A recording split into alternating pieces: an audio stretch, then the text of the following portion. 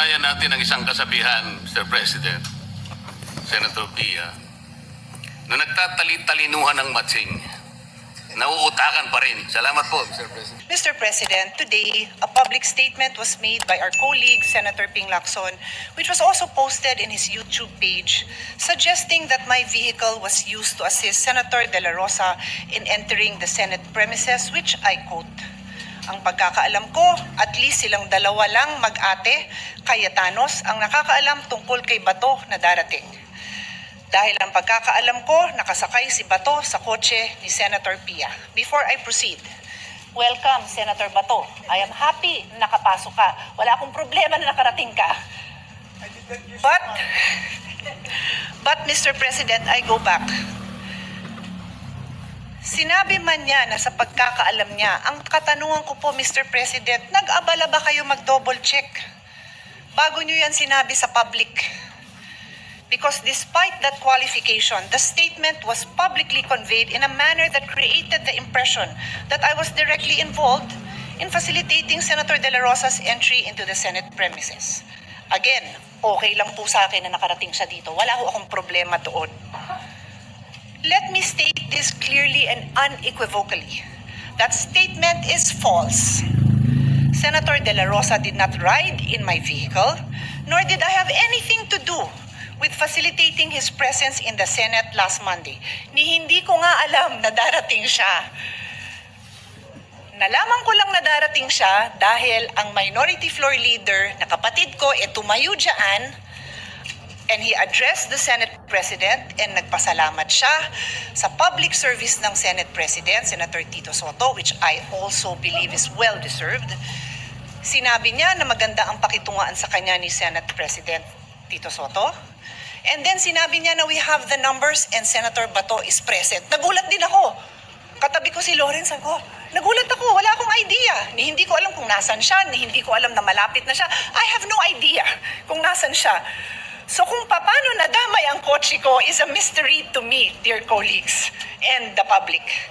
In fact, Senator Kiko can attest, you saw me downstairs sa basement dahil pareho kami dyan madalas dumaan at sabi niya pa sa akin, dito kayo nagdidiskusyon ng staff mo, hindi na dun sa hagdanan dahil ilang beses ko na siya naharangan sa hagdanan, sa hallway na napakakitid, na nagdidiskusyon with my staff. Sabi ko, nga, haba ng mga diskusyon namin. Siguro naman kung dala ko si Senator Bato, medyo kinakabakabahan ako na makita ko dun ni Senator Kiko, di ba? So, it is a mystery to me.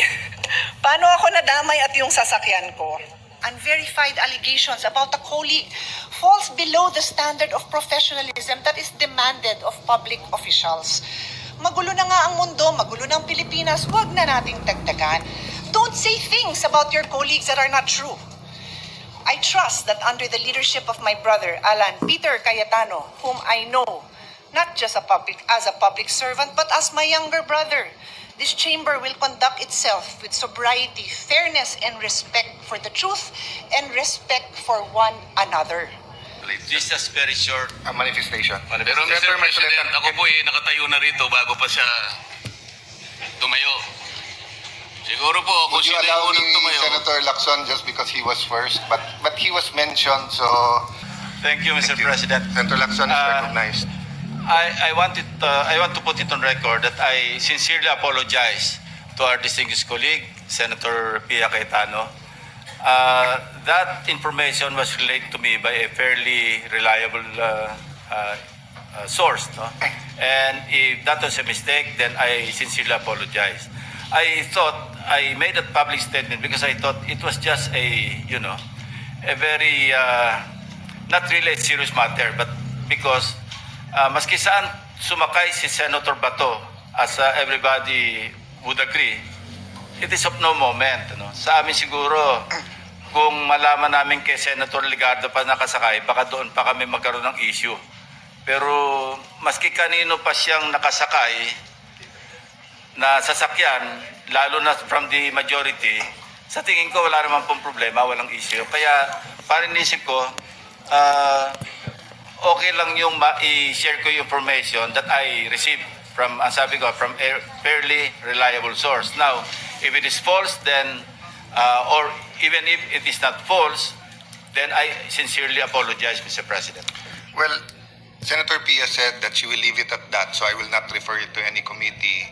Senator Lacson, apologize, you accepted. Mr. President, tatanong ko lang po sana kay Sen. Pia kung halimbawa po ako'y nakisakay sa kanyang sasakyan.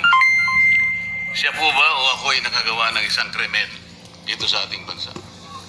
Sa akin lang po, kung kahit sino sa mga kasamahan natin dito na they need a ride, na nangyari na yon. Minsan may event tayo, sumasakay ako sa kotse ni Senator Mig Zubiri, nakasakay na rin ako sa kotse ni Senator Loren, nakasakay na rin ako sa kotse ni Senator Angara. Sino pa sa inyo hindi nagbibigay sa akin ng ride? I would be happy to give a colleague a ride. But I'm just saying, that's why I had to repeat na I don't have an issue with Senator Bato arriving in the Senate. I have an issue with the aspersion of malice na parang patago kong pinarating dito na gamit ang kotse ko na walang katotohanan. Kaya to answer your question, wala naman hong masama doon. Yun nga po eh. Siya na rin po ang umamin na wala naman pong masama, ay ba't kinakailangan pong gawan pa po ng post yun? Pangalawa pong tanong, Mr. President, Senator Pia, kung halimbawa po ginawa ko yun, nagsakay ako sa inyo, dahil meron lang akong gustong pagtaguan, hindi po ba napagtitibay natin ang kasabihan nating mga Pilipino? At nakuha ko naman talagang magtago dahil nakisakay nga ako sa inyo.